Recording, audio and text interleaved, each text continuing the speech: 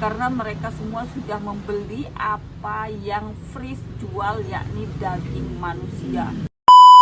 Assalamualaikum warahmatullahi wabarakatuh. Kembali lagi di channel Filosof Aprida. Untuk teman-teman yang di bawah usia 18 tahun, ini sih nggak gua rekomendasiin sih untuk nonton video ini karena ada unsur kekerasan di dalamnya ya. Nah, kali ini gua akan bawain cerita serial killer dari Jerman wa.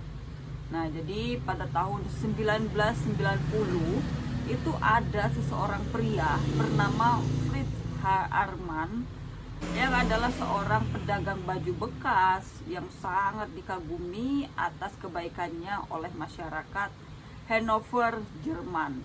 Nah, dari sini pasti kalian pada penasaran kan, kenapa dia sangat dikagumi oleh masyarakat Hannover di Jerman ini. Sebenarnya ada apa gitu ya kan, sehingga si Fritz ini bisa dikagumi oleh masyarakat Hannover, Jerman. Oke, langsung aja kita masuk.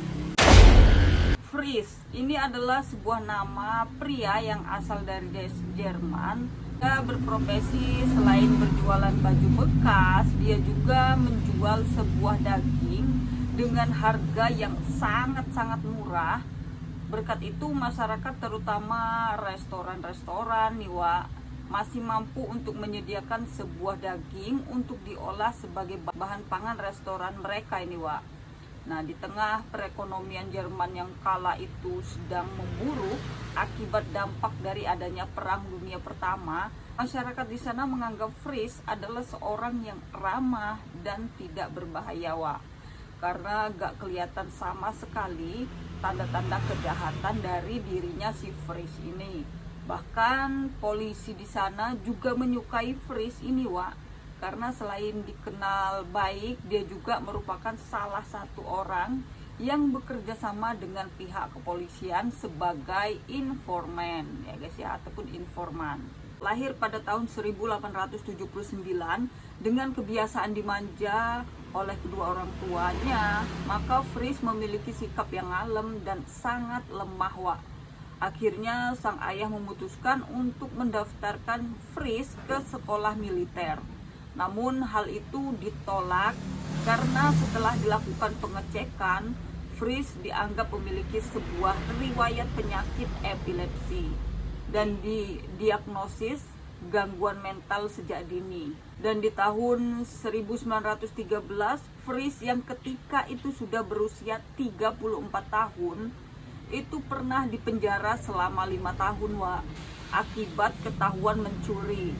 Setelah ia bebas, ia memutuskan untuk mengambil kesempatan luang untuk berjualan daging. Kebetulan pada saat itu kondisi Jerman waktu itu sedang menurun.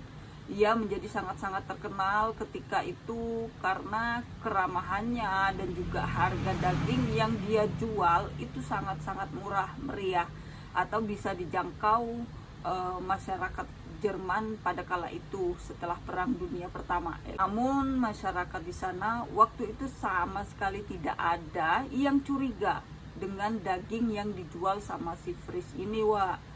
Fritz ini menghabiskan waktu berkeliling stasiun kereta untuk mencari anak-anak yang tersesat dan tidak memiliki tempat tinggal. Anak-anak jalanan gitulah ya Wak ya.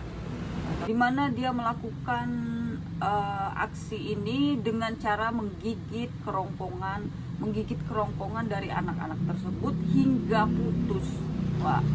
Dan tidak hanya itu aja, setelah itu ia juga menyetubuhi anak yang sudah tewas tersebut, anak-anak perempuan yang jadi korban. Setelah ia menghabisi, kemudian belum puas, dia lanjut lagi untuk menyetubuhi anak yang sudah tewas tersebut.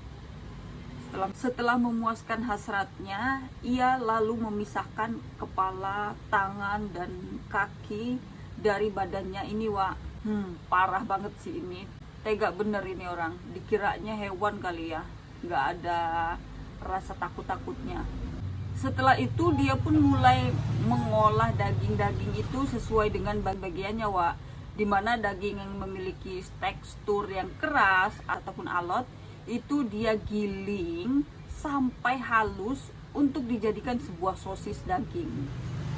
Sedangkan bagian-bagian yang tebal dagingnya dan lembut itu akan dipotong-potong dan dia jual seperti layaknya daging babi atau daging sapi yang sudah dia timbang dan sudah dikemas rapih seperti daging-daging halayaknya, daging yang bisa dimakan gitulah ya. Setelah selesai memisah-misahkan daging tersebut, Fris selalu membuang sisa-sisa jasadnya ini ke sebuah sungai yang bernama Sungai Leane yang terletak di pinggiran kota. Aksinya ini dilakukan sekitar 6 tahun lamanya, Wak, dan diperkirakan sudah menghabisi lebih dari 50 anak-anak. Bisa lebih, tapi yang dirata-ratain itu sekitar 50 anak.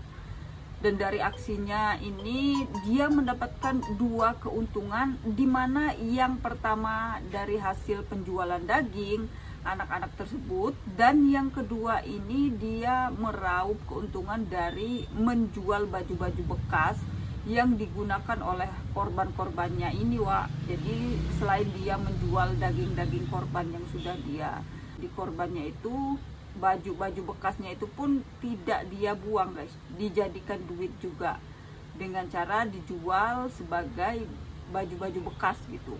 Parah banget sih ini, semua orang dijadiin duit sama dia ini. Gak tahu ini orangnya seperti apa, tapi yang pasti ini gak ada peri kemanusiaannya sih. Dia pun dikenal sangat sukses dalam usahanya berjualan daging dan menjual baju-baju bekas. Pada zamannya itu, ya Wak, orang-orang yang kehilangan anak ini hanya bisa pasrah karena pada kala itu orang-orang di sana masih percaya tentang sebuah mitos bahwa adanya vampir gitu, Wak.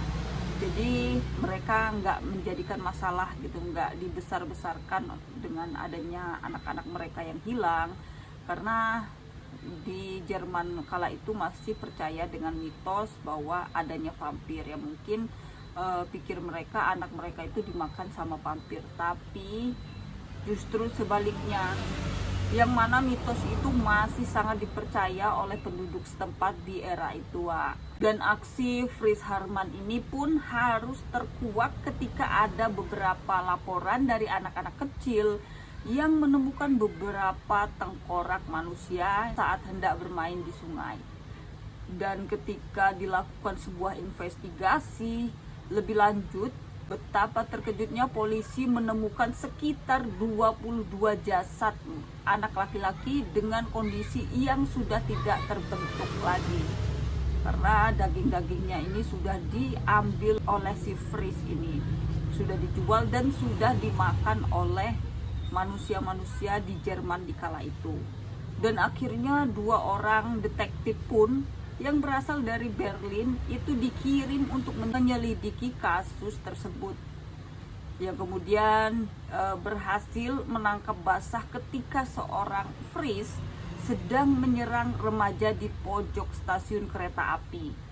Ketika polisi menggeledah rumahnya, Wak, betapa terkejutnya, dan polisi langsung mengatakan ini adalah salah satu mimpi buruk yang pernah saya temui, kata polisi tersebut. Di mana mereka menemukan sebuah bercak darah manusia yang memenuhi lantai beserta tembok-tembok rumah Fris ini, Wak. Serta ditemukan sebuah panggangan tempat Fris membakar daging untuk merontokkan bulu-bulu mereka ini. Dalam pengakuannya, ia lupa berapa banyak korban anak yang sudah dia habiskan. Dia bilang bisa saja 30, 40, 70 atau bahkan sampai dengan 80 lebih korban mungkin yang sudah saya habiskan. Ini pengakuan dari Frisnya langsung. Dan dia mengatakan hal ini ada rasa belas kasihan itu dengan ekspresi tersenyum, Wak. Dia mengatakan hal tersebut tanpa ada rasa nyesal sama sekali. Ya Allah, parah sih ini orang. Dan yang paling bikin ngeselin lagi, Wak, ketika ada seseorang ayah nih datang dengan membawa foto anaknya, ya, pas waktu datang ke persidangan dia itu malah berteriak, Fris ini malah berteriak pada seorang ayah tersebut. Dia bilang kalau dia tidak merasa menghabisi anak tersebut karena alasan sangat konyol gitu ya, Pak. Karena alasan anaknya ini dianggap terlalu jelek untuk dijadikan korban. Astagfirullahaladzim. Sambil dia pun tertawa terbahak-bahak dan mengejek semua orang yang ada di sana, karena mereka semua sudah membeli apa yang Fris jual, yakni daging manusia. Ya Allah, parah sih ini orang. Sumpah nggak ada rasa nyesel, malah dia tertawa terbahak-bahak. Ini ada yang konslet dengan otak ataupun dengan dirinya si Fris ini, guys. Jadi dia nggak ada rasa nyesel ataupun rasa bersalah sama sekali, malah dia senang gitu, karena semua orang yang ada di Jerman kala itu sudah memakan daging manusia jualannya itu. Secara tidak langsung, Fris juga menertawakan mereka karena berhasil menciptakan seluruh masyarakat di sana menjadi masyarakat kanibal. Astagfirullahaladzim, parah sih ini Fris. Atas daging dari anak-anak mereka sendiri yang mereka makan dan yang mereka santap. Selanjutnya, Fris pun akhirnya dijatuhi hukuman mati dengan cara penggal, kemudian kepalanya disimpan di sebuah sekolah medis yang bernama Göttingen, yang dimana itu memang sebuah sekolah tempat untuk mempelajari isi otak dari para pelaku kriminal yang sadis. Wah, jadi itu sedikit serial killer kali ini dari gua. Menurut kalian bagaimana tentang cerita ini? Dan menurut kalian cerita apa lagi yang menarik untuk kita bahas? Silahkan kalian komen di kolom komentar di bawah, Wak. Oke, jangan lupa kalau kalian suka video ini, kalian klik like. Jangan lupa subscribe dan aktifkan lonceng notifikasinya agar kalian gak ketinggalan video-video menarik lainnya dari channel ini ya, Wak ya. Oke, see you next video, Wak. Dadah.